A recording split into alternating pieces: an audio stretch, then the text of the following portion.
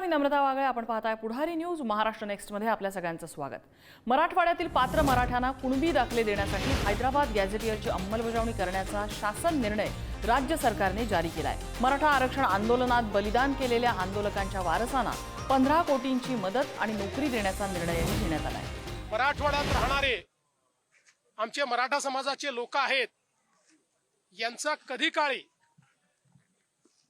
त्यांच्या रक्त नात्यातल्या कोणाचाही कुणबी म्हणून उल्लेख झाला असेल तर त्यांना आपल्याला नियमाने ते सर्टिफिकेट देता येतं आणि हैदराबाद गॅझेटियरमुळे अशा प्रकारची नोंदी शोधणं हे सोपं होणार आहे. म्हणजे एकीकडे ज्यांना अशा प्रकारचा पुरावा मिळेल त्या सगळ्यांना ते आरक्षण मिळेल ज्यांचा खरा क्लेम आहे, पण कागदपत्रांच्या अभावी त्यांना तो क्लेम मिळत नव्हता. अशा मराठा समाजाच्या लोकांना आता याचा फायदा मिळणार आहे. मराठा कुणबी प्रमाणपत्र देताना ओबीसींच्या आरक्षणाला धक्का लागणार नाही असं सरकारने स्पष्ट केलेलं आहे. याशिवाय ओबीसींसाठी स्वतंत्र मंत्रिमंडळ उपसमिती स्थापन करण्याचा निर्णयही राज्य सरकारने घेतलेला आहे.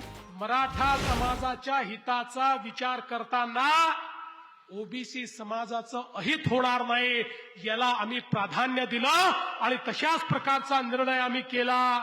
ओबीसी समाजाच्या ताटातलं कुठेही काढून घेण्याचं काम आम्ही केलेलं नाही. रामोशी आणि बेडर समाजाच्या विकासासाठी सरकारने खास निर्णय घेतले. राजे उमाजी नाईक आर्थिक विकास महामंडळाच्या माध्यमातून 2 लाख रुपयांपर्यंतचे बिगर तारण कर्ज तसंच समाजात उद्योजक घडावे यासाठी 15 लाख रुपयांचं कर्ज देण्याचा निर्णय सरकारने घेतलेला आहे.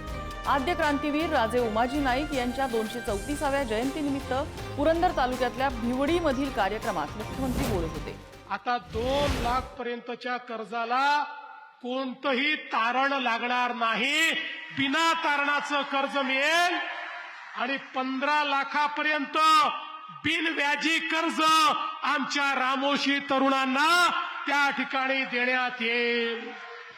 समाजातले तरुण हुडकून काढा, त्या तरुणांना प्रशिक्षणाच्या योजना सुरू करा, त्या प्रशिक्षणानंतर त्यांना कर्ज द्या आणि त्यांना आपल्या पायावर उभं करा. नोकऱ्या मागणारे नाही, नोकऱ्या देणारे रामोशी तरुण या महामंडळाच्या माध्यमातून आपल्याला घडवायचे आहेत.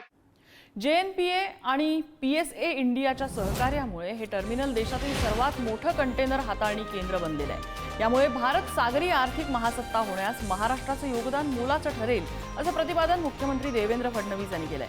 पंतप्रधान नरेंद्र मोदी आणि सिंगापूरचे पंतप्रधान लॉरेन्स वॉंग यांनी जेन port PSA Mumbai terminal BMCT phase 2चं नवी दिल्लीमधून VC द्वारे उद्घाटन केलं. या सोहळ्याकरता मुख्यमंत्री देवेंद्र फडणवीस रायगड जिल्ह्यातल्या उरणमध्ये उपस्थित होते.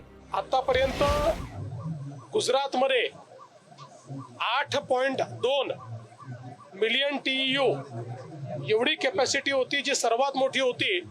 आता महाराष्ट्रातली आपली कॅपॅसिटी किंवा JNPA ची कॅपॅसिटी ही 10 मिलियन TEU एवढी झालेली असल्यामुळे आज आपण देशामध्ये नंबर 1 झालेलो आहोत.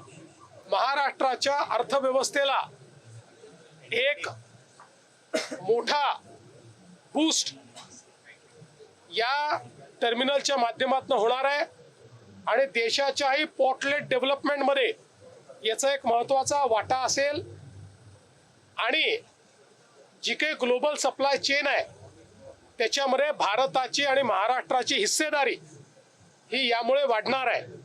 बीड ते अहिल्यानगर रेल्वे मार्गावर मराठवाडा मुक्ती संग्राम दिन म्हणजे 17 सप्टेंबरला पहिल्यांदा रेल्वे धावणार आहे. उपमुख्यमंत्री आणि बीड जिल्ह्याचे पालकमंत्री अजित पवार यांच्या हस्ते या मार्गाचं उद्घाटन होईल.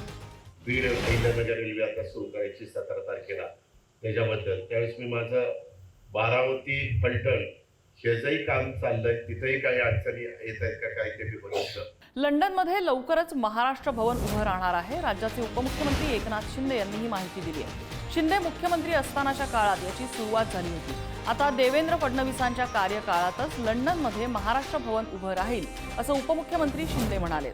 मुझे खुशी है, जब मैं मुख्यमंत्री था तब इसकी शुरुआत हुई और आज देवेंद्र जी के कार्यकाल में हमारी टीम काम कर रही है और उनके कार्यकाल में आज लंदन में महाराष्ट्र भवन खड़ा होगा।